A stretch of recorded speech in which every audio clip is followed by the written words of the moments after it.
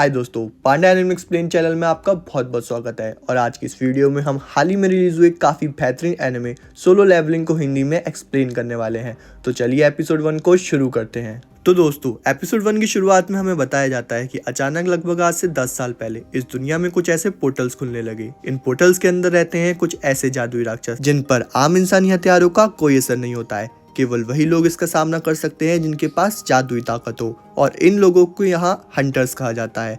Power के अनुसार अलग अलग रैंक्स में इन्हें बांटा जाता है, जिसमें सबसे कम ई रैंक, उससे ऊपर डी, उससे ऊपर सी, बी, ए और सबसे पावरफुल होते हैं एस रैंक के हंटर। लेकिन दुख की बात यह है कि एक बार ताकत चाखने के बाद ये हंटर्स उसे और ज्यादा डेवलप नहीं कर सकते हैं। फिर हमें 3 साल पहले का एक फ्लैशबैक सीन दिखाया जाता है। कुछ वॉरशिप्स एक आइसलैंड को चारों तरफ से घेरे हुए हैं, लेकिन वो अपने हथियारों से उन पर अटैक नहीं कर रहे हैं, क्योंकि वो जानते हैं कि आइसलैंड पर मौजूद मॉन्स्टर्स पर इनका कोई असर नहीं होगा। उन्होंने इस लड़ाई को हंटर्स के भरोसे छोड़ दिया है। उस जेजो आइसलैंड पर कुछ हंटर्स आंट जैसे मॉन्स्टर से लड़ रहे होते हैं। वो आंट्स मॉन्स्टर उन पर काफी भारी पड़ रहे हैं। उनमें से एक हंटर तो लगभग मर ही चुका है। तभी व्योंग नाम का एक हंटर आकर उनकी जान बचा लेता है। व्योंग उस आंट को एक अटैक में खत्म कर देता है और वो फिर अपने रिकवरी मैजिक से उस घायल हंटर को भी हील कर देता है। तभी सारी एंट्स उन पर हमला करने लगती हैं, लेकिन व्योंग के बाकी दोनों साथी भी यहाँ पहुंच जाते हैं और इस हमले से उसे बचा लेते हैं। ये तीनों एक एस रैंक के हंटर्स हैं। तभी वहाँ एक व्हाइट एंड मॉन्स्टर आ जाता है। साइज में ये उन रेड एंड से काफी बड़ा है, इसलिए वो अंदाजा लगाते हैं ये जरूर उनका लीडर होगा। व्योंग अपने रिकवरी मैजिक से उन घायल हंटर्स की मदद करने में बिजी होता है और बाकी दोनों उस व्हाइट एंट को आसानी से खत्म कर देते हैं। तभी वहां पर और बहुत सारी व्हाइट एंट्स आ जाती हैं और हमारे एस रैंक के हंटर्स इनसे लड़ने के लिए एकदम तैयार हैं। पास के एक शहर में एंट्स की आर्मी हंटर्स पर हमला कर रहे हैं, जिनमें से एस रैंक का हंटर जिसका नाम है चोए, वो अपने फायर मैजिक से इन एंट पर अटैक करता है। इस हमले में रेड एंट तो जल जाती हैं, लेकिन व्हाइट एंट्स को कुछ नहीं होता है। फिर बाकी हंटर्स भी उन एंट से लड़ने के लिए अटैक कर देते हैं। कहानी फिर फ्लैशबैक से वापस प्रेजेंट में आ जाती है। एक कंस्ट्रक्शन साइट के पास एक पोर्टल ओपन हुआ होता है, जिसके मॉन्स्टर से लड़ने के लिए कुछ हंटर्स को बुलाया जाता है, जिनमें से एक पार्क नाम का हंटर होता है। शादी के बाद उसकी बीवी ने उसे ये काम करने से मना कर दिया था, लेकिन अब उसकी बीवी उसके दूसरे बच्चों को जन्म देने वाली है, इसलिए पैसों की जरूरत की वजह से वो भी इस मिशन पर जाना जाता है। तभी इस कहानी का मेन कैरेक्टर भी यहाँ आ जाता है, जिसका नाम है शांग जिनवू।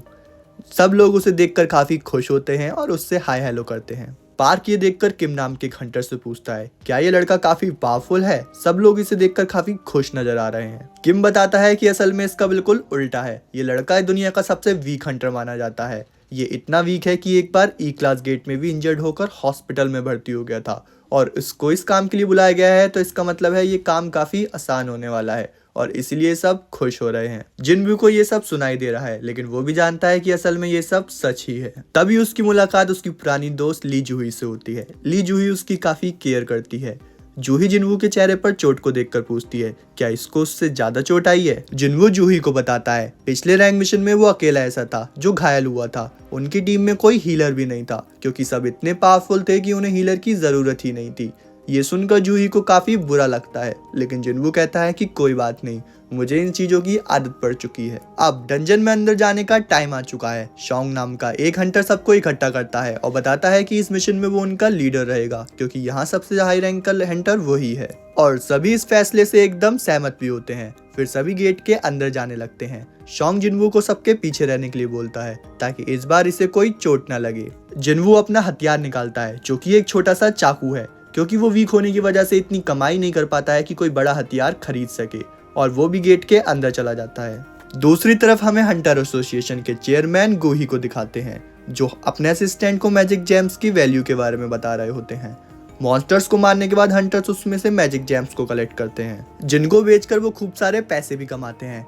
इनका इस्तेमाल मैजिक वेपन और गेट्स बनाने के लिए भी किया जाता है, और गवर्नमेंट अब इसका एक नई एनर्जी सोर्स की तरह यूज करना चाहती है, इसलिए इन जेम्स की डिमांड इस समय काफी ज्यादा है। वहाँ डंजन के अंदर जिनवू काफी खुश है, क्योंकि उसको अपने जीवन का पहला मैजिक जेम मिला है, जो उसने अभी एक मॉन्स्टर को मारकर निकाला है। तभी उस पर एक दूसरा मॉन्स्टर हमला कर देता है। जिनवू का चाकू कमजोर होने की वजह से टूट जाता है। वो गॉब्लिन जिनवू के पेट में अपनी तलवार घुसा देता है।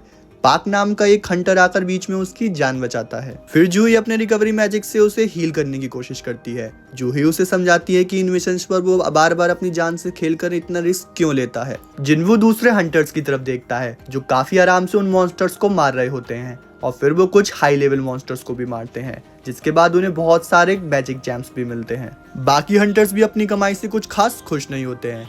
एक हंटर को उस डंजन में एक सुरंग मिलती है जिससे उन्हें पता लगता है कि ये एक डबल डंजन है, जो कि काफी अजीब बात है। आमतौर पर डंजन बॉस मॉन्स्टर को मारने के बाद वो डंजन बंद होने लगता है। लीडर कहता है कि इसकी जानकारी हमें हंटर एसोसिएशन को देनी चाहिए, लेकिन बाकी हंटर्स कहते हैं कि हमें अंदर जाकर उन मॉन्स्टर्स को मारकर जैम्स इकट्ठा करने चाहिए। उनका मानना है कि ये एक डी क्लास डंजन है, तो इसके अंदर भी डी क्लास डंजन ही होगा और इसमें उन्हें कोई परेशानी नहीं होगी। लेकिन कुछ अंदर जाने से डर भी रहे होते हैं, इसलिए कैप्टन एक वोट करवाते हैं जिसमें 6 लोग हाँ और 6 लोग नहीं चुनते हैं। फैसला अब जिन्वू के वोट पर निर्भर करेगा। जिन्वू अपने परिवार के बारे में सोचता है। उसके पिता लापता हैं, उसकी माँ बहुत बीमार है और उसकी बहन को उसकी कॉलेज की फीस जमा करनी है। उसको हर हाल में पैसों की खूब जरूरत है, इसलिए वो अंदर जाने के लिए हाँ कर देता है। वहाँ दूसरी तरफ हंटर्स गिल्ड की बिल्डिंग में यो जिन्हो एक ब्लैक क्रिस्टल मशीन से अपनी मैजिक पावर लेवल को चेकअप करवा रहा है। इन हंटर्स की मैजिक रैंक के अनुसार ही कंपनी इन्हें हायर करती हैं और इन कंपनी को यहाँ गिल्ड कहा जाता है। इसके बाद हम देखते हैं शहर में 2 चोर मोटरसाइकिल पर एक लड़की का बैग चुरा कर भाग रहे हैं। तभी उनके रास्ते में एक एस रैंक की हंटर आ जाती है। इसका नाम चाहेन है। चाहेन हवा में उछलकर उन चोरों को मजा चखा देती है। तभी पास में खूब सारी भीड़ इकट्ठा हो जाती है क्योंकि वो काफी सुंदर और फेमस है। लेकिन चाहेन थोड़ी शर्मीली है, इसलिए वो उछलकर वहां से भाग जाती है। वहां गुफा के अंदर सभी लोग आगे बढ़ते जा रहे हैं। जिन्वू जूही से माफी मांगता है क्योंकि उसकी वोट की वजह से ही जूही को अंदर जाना पड़ रहा है। जूही उसकी डांट लगाती है। अभी थोड़ी देर पहले ही वो मरते मरते बचा है और इसके बावजूद भी उसने अंदर जाने के लिए हाँ कर दी। जिन्वू फिर से माफी मांगता है। जूही कहती है कि इसके बदले उसे कॉफी डेट पर ले जाना होगा। जिन्वू शर्मा जाता है। चलते चलते वो लोग एक बड़े से दरवाजे के आगे पहुंच चुके होते हैं। दरवाजा खोलकर सभी अंदर जाने लगते हैं। वहां हंटर एसोसिएशन के प्रेसिडेंट न्यू हंटर्स को पोर्टल्स के बारे में जानकारी दे रहे होते हैं। वो बताते हैं कि आज 10 साल बाद भी उन्हें इन पोर्टल्स के बारे में कुछ खास जानकारी नहीं है, इसलिए उनके अंदर जाना एक काफी रिस्की काम होता है।